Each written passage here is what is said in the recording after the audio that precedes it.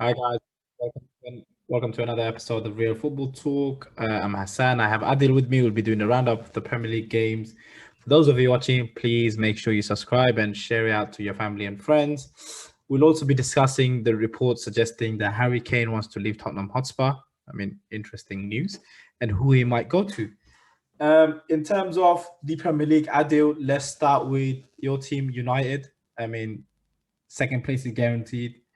Was it more down to the fact that they pretty much know it's done and just lackluster performance really against relegation? Yeah, no, I think United are struggling with fatigue. I don't think second place is sealed. Is sealed. They're on 71 points. Chelsea on 67. Yeah, so I think if Leicester won, they could have caught them today. So yeah, so that's probably saved them there.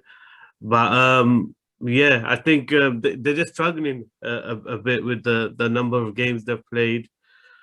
A lot of players look like they're playing with knocks, and yeah, Adi, why not play Van der Beek? Why not play Mata? Why not play these players? If your main players need a bit of rest, surely with the cup final coming up, that's something to take into consideration. Yeah, but it's easy to say now, but the game, the games are still important. Yeah, but you're not playing. You're playing. Results have gone their way, but results have gone their way. But ultimately, you can't also let players get unfit as well. So I think Oli is still trying to keep the rhythm and just trying to keep them going. But there were spells, in the game where it looked like they were starting to get back on it. Like the start of the second half, United were really good, dominated the game, pressed high, kept winning the ball back. But I think obviously, just trying to get the right balance. Ollie's struggling with that a bit because it's 2 from 3 between Pogba, Rashford, and Greenwood, and obviously Pogba is the guy who plays all the time. So Greenwood and Rashford are rotating on that right hand side, and you can see it's this. He's struggling to fit his best players in or find a system where all of them can play. Play Pogba in the middle as an 8. That's what made that's when United started to play good against Liverpool, I thought, and again today. But I think it's when teams are going for it, it's a bit like again, we've got United started to play good when he initially went there, but towards the end of the game, Fulham was the stronger team. Even after they scored, they looked like they were attacking more than United. So, yeah, I just think United just need to, freshen up the team a bit. I think Shaw's a big problem recently. A lot of the goals or the crosses or opportunities are coming from his side. Wan-Bissaka the same. Today they're both poor for the goal we conceded, but in general anyway the chances that came, at the moment United have a lot of people that make mistakes. We got Lindelof made another mistake today, was fortunate not to get punished. That youngster Cavallo, he looks like a real player. Yeah, he was quite good. He was the only one who performed well in the first half for Fulham.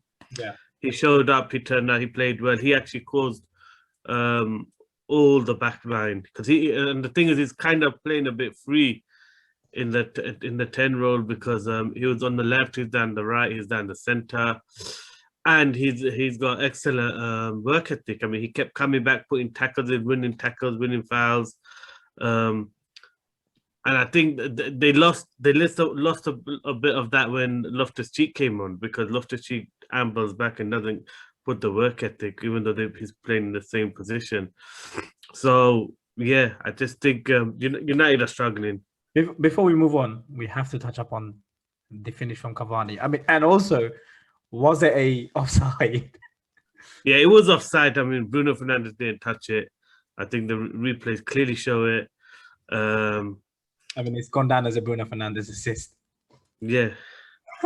Yeah, I mean, it shouldn't have been because, but then the goal shouldn't have stood. So if you're going to give the goal, you're going to end up having to give the assist Yeah. to justify it. But great finish, and Areola should know what Cavani can do because they played together at PSG. So yeah, but it's excellent finish, and really Greenwood had a couple of chances to put the game to bed.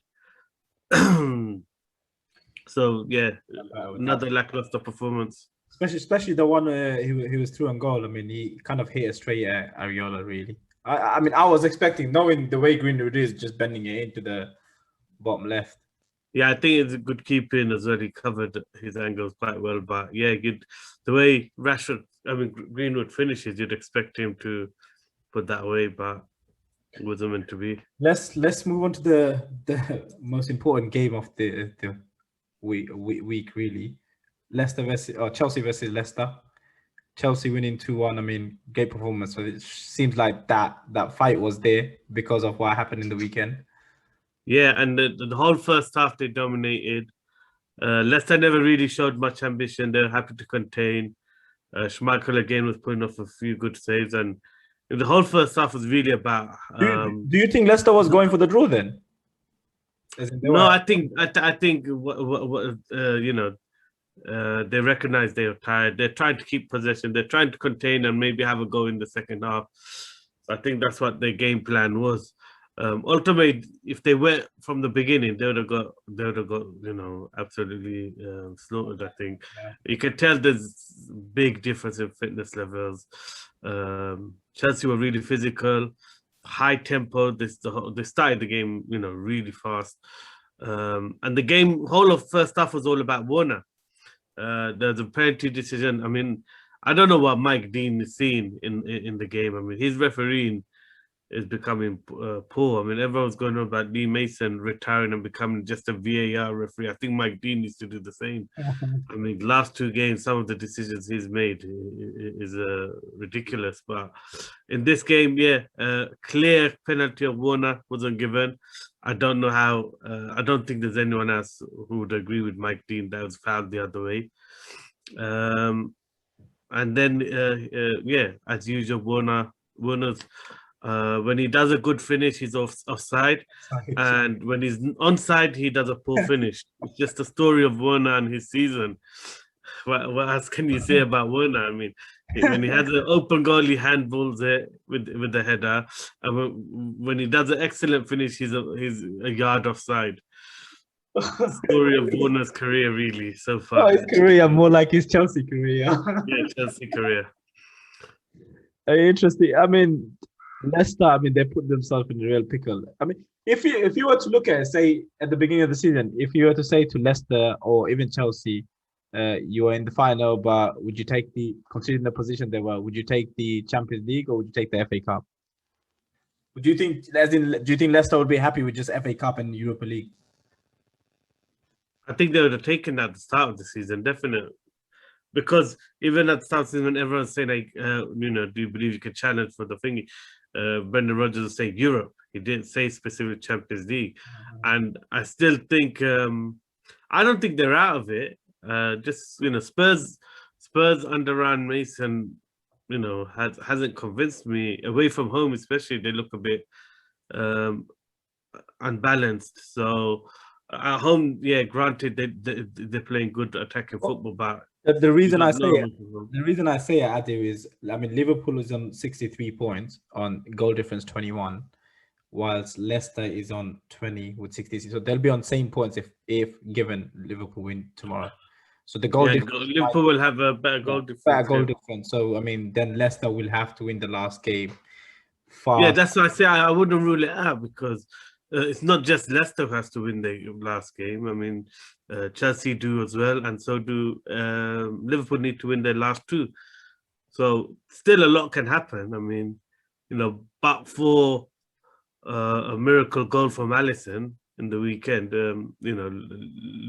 Liverpool would have been, everyone would be saying advantage Leicester. So, but I mean, they got there's twist that still could happen. They got Burnley and then Crystal Palace. Yeah, but they nearly drew to West Brom and had a goal harshly ruled out, West Brom did. So you don't know, innit? And then at the moment, Liverpool aren't firing on all cylinders either. So, yeah, you'd expect them to do it, but I don't know who Chelsea's got in their last game. Chelsea have got in the last game. Let me just have a look. They got Aston Villa away. Yeah, so that's not a given either. Who to play for? Yes, I still think there could be some twists and turns, and the Leicester just need to focus on winning their game, and they showed a good reaction. They brought Ricardo on, brought Nacho on. They started pressing high up the pitch, and they got a goal back, and then Ayoze Perez, what a miss! Oh yeah, 89th minute. Had the chance to do an equalizer. He went for it. He went for the top corner. He could have just rolled it in. I mean, I was just thinking, if that was Tillman, he just side putting that, or yeah. But yeah, that was it. Let's move on to the other game. I mean, huge win for Brighton, 3-2, being 2-0 down. I mean, even though it was against 10 men, but still 2-0 down against Man City to come back. I mean, fantastic win for them, really. Yeah, I mean, it's not just is the performance in the second half. They actually overran Man City. Man City was holding on for large spells of that second half. And I think the goal in Man City scored with their first attack, and then they played their possession game, and Brighton were struggling to kind of build up ahead of steam, but then that sending off, and I thought it was a real. What was Cancelo doing though? That was just. I think it's a harsh sending off though, because even though it looks like Cancelo was holding Welbeck in the arm, it wasn't. It's Welbeck who actually holds. But that's what I was gonna say. Cancelo. But isn't that smart from Welbeck? Isn't using his experience to kind of buy that foul? Yeah, but you said the key word, and he bought the foul and kind of got Cancelo sent off. But yes, it's a mistake from Cancelo, and maybe that says something about the rotation and why Pep rotates so much, because Cancelo's played weekend and then played again. He's one of the few that didn't get rested or rotated. So, and he made a mistake. But yeah, clever play from Welbeck. I don't think Cancelo done the foul, but I'm just saying. I'm just trying to think in terms of like, this is something. Would you say, like, if Cancelo was to play in the Champions League final, say for instance, is this something Chelsea could look to exploit, that ball over the back of Cancelo, because he doesn't seem to be doing that well in defending it either. I don't know. I mean, it's only once, so it's hard to say. I wouldn't say it's a trend. I mean, any player could make a mistake to get it. Mm-hmm. Any player can get caught out of position 1-on-1. So I just think, maybe Chelsea will try it. I mean, it seemed like in the first half they're targeting. In the FA Cup games and the league games, they're targeting the left back more. So I think that there's no reason to think Chelsea ain't gonna do the same thing. In terms of Trossard and that finish, I mean, he kind of had 5 players around him. That was a great. Yeah, play. I mean, I thought Stones. Diaz. I thought Stones was defending poor for that goal. Yeah. And he sat down Diaz twice before he pulled that finish. It was great finish. Great composure. I mean, everyone would be loving it if that was, say, for instance, like a Sterling or Aguero, but you know what I mean? It seems like he doesn't get that limelight because it's Trossard and it's for Brighton. No, I mean, Trossard is a good player. He's always picked by Roberto Martinez, the Belgium squad, so he's clearly rated. Mm-hmm. Even before he went to Brighton, some other big clubs were after him, so he is rated highly. He's a bit like Greenwood. He's one of those guys normally takes his shot so early, and that's what tricks everyone. He takes his shot early, but obviously this one he showed immense composure by, feinting the shot twice and buying that extra yard and space to bullet the shot. But I have to say that goal from Foden reminded me of Bale in his first stint for Tottenham. That goal, the way he just, the power in the dribbling, the speed at which he's dribbling, all I mean, left great awareness at the end. He knows if he tries side footing or anything, he won't be able to get to that, so he just toe poked it in. I mean, Yeah, and that's the thing. I mean, he knows how to finish. He's shown already a variation of finishing, but it's a great goal. He is. Credit where it's due. I mean, it doesn't mean much for the league table or anything, apart from a great win for Brighton, really. Man City, you can. But Man City wanted to win that. I mean, they put their strongest team out, and again, Brighton took the game to City, so City had to defend, and they're defending for their lives at times. The amount of numbers Brighton were playing, and Brighton were outplaying them. So, I mean, you can see the problem with Brighton is similar to the Chelsea thing, where they just lack that clinical edge. I mean, maybe not in this game, but usually that's been their bugbear for the whole season, where they just haven't got the end product. I think their biggest problem is they don't have the top end quality. So even today, the only reason they scored those goals, and we've mentioned it before, is because Brighton's style of football means it's only a real threat when they pump so many players forward, because their touch control, technique, combinations are really good. But because they don't have that individual quality other than Trossard, what happens is they have to keep committing players forward. And because they were man up, they played like that in the second half, where the defenders were pushing forward. Everyone was making runs off the play on the ball. And that's why they totally dominated that half.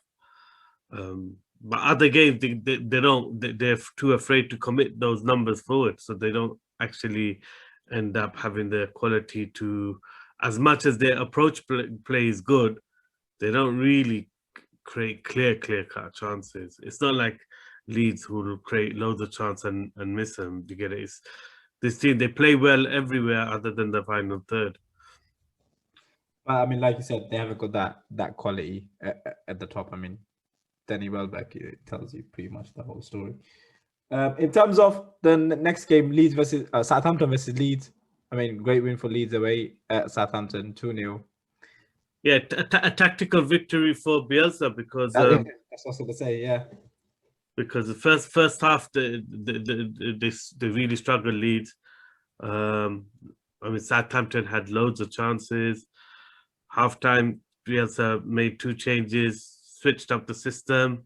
It looked like he went to a wing-back system, to the back wing-back system, and then they really took the game to. It seemed like such an open game, though. In terms of, I mean, I know all Leeds games are open game, but it was just end to end.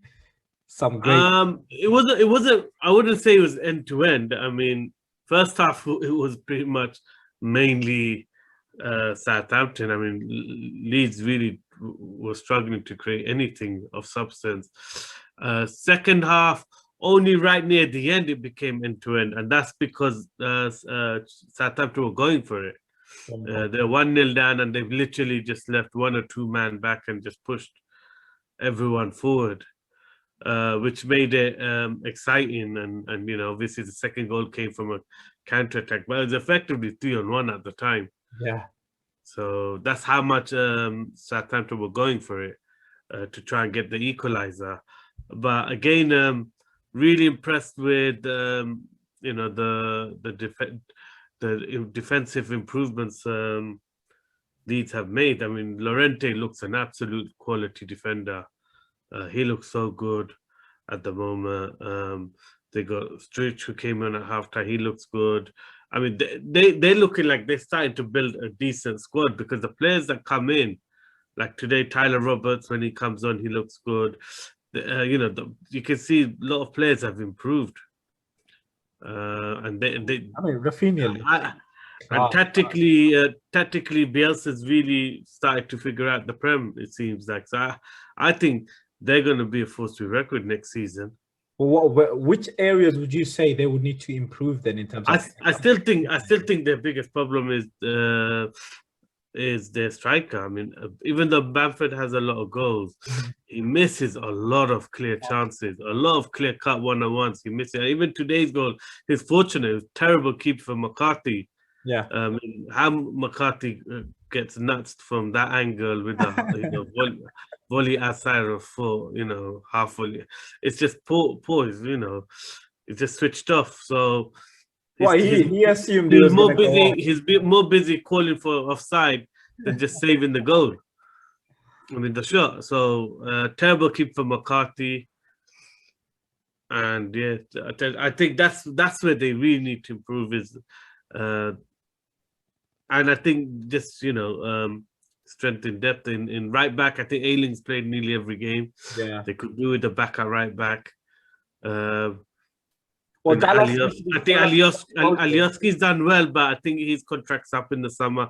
They've got a couple of players whose contracts up in the summer. That's what I was going to say. I mean, even if you look at Alioski, he's originally a left winger or a cam, so he's playing out of position. So they haven't got an out and out left back. Well, he's actually a converted left back now because even last season in the championship he played it so often. I mean, that's the thing with Bielsa's system is every player is pretty much. I mean, Rodrigo all his life played as a striker, now he plays as a cam. Yeah, plays as a cam, but he's done that everywhere on the pitch. He's moved people around. If you think about Phillips, originally was a defender, moved him into midfield. Ayling was I think played somewhere else. He played every player, and even Harrison has played left back many times in the championship. He hasn't had to do it this season. So Dallas has played left back, right back. I think Bielsa's midfielders all have to be able to play fullback as well. You get it. So that's how it is, and it's helped them out because they did have injury problems at the start of the season. And they've got through that. But I just think Llorente looks like a really good defender. Do you think they got the funds needed to improve that further? Well, I think they're a club who followed the Moneyball strategy. Victor Orta's renowned for being one of those directors of football who's heavy on the analytics, statistics, and it's proven to be correct. And in the signings they've done. Even if and that's not the thing. I was thinking Robin Koch is a very good defender, really pacey. I know he struggled when he started this season, got injured, but he's actually makes too many mistakes. He needs. Yeah, but I think that's just when you get rushed into the Premiership, it's hard to get used to the intensity.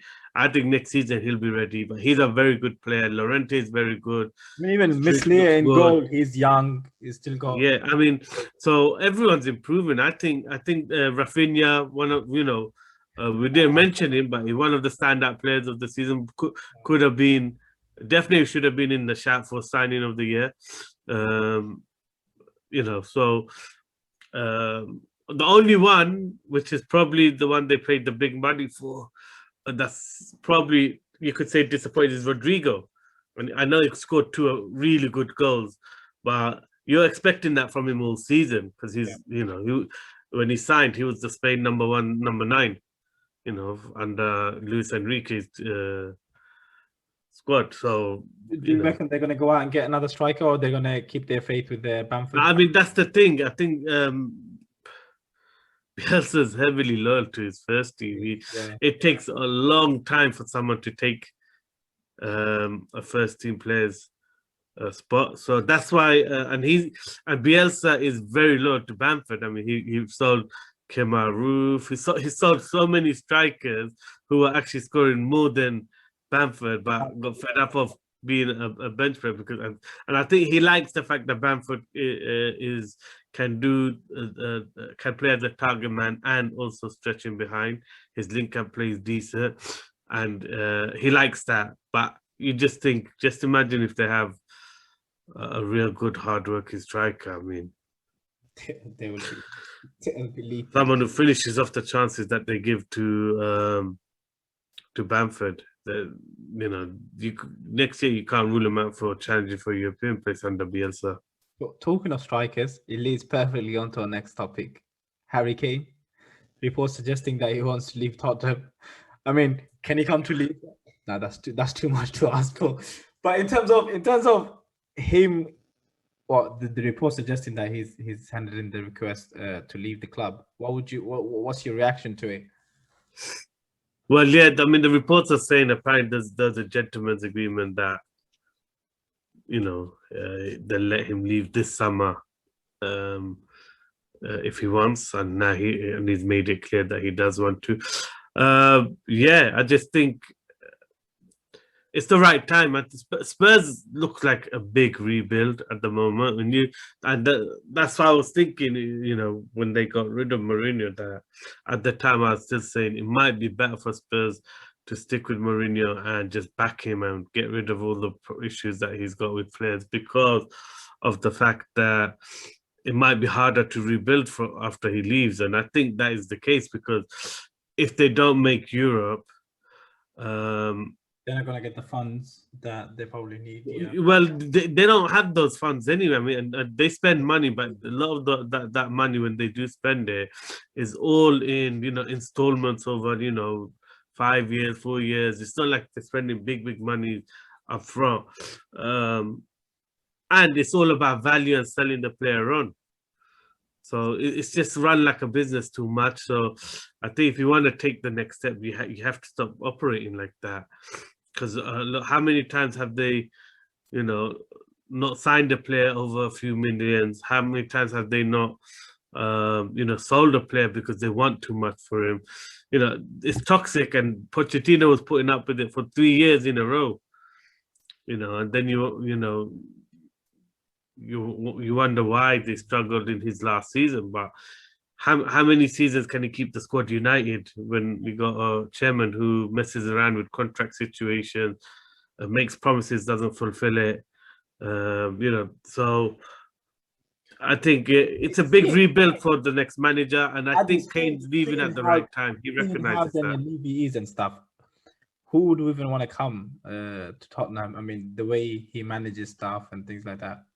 If the manager's not going to get the backing, well, I think first thing they got to do is they got to get a promising manager, young manager, an exciting young manager who doesn't need to rely on big players, who can play with young players and build them up the way Pochettino did. And then they need to go back to. Would you say that Rodgers then? Would Rodgers want to come to Tottenham? I don't think he'd want to go to Tottenham. I think that's the thing. Is not Rodgers wouldn't want to. I don't think he'd want to work with Daniel Levy. I don't think most managers would want to work with Daniel Levy. It'll have to be an up-and-coming manager or someone who's struggling to get a job but has the credentials. That's why I really do think Spurs are in a bit of trouble. They're gonna, unless they make the right decisions over the summer, they could be really struggling. They need to hit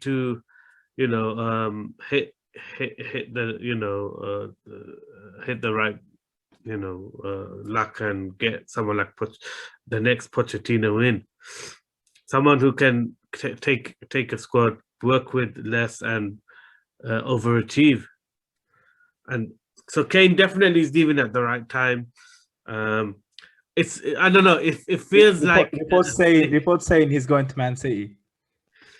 I don't know. I mean, I think you can't read too much into reports. I mean, it's so slick that you'd think, yeah, the way this is going on and the way it's happening and Aguero's leaving, it smells like, yeah, this is the way City would do things, because they're renowned for, and Begisteren and everyone in their setup, they're renowned for doing things in a slick way. So yeah, it is worrying to think that Kane could end up with City after they've just walked away with the league.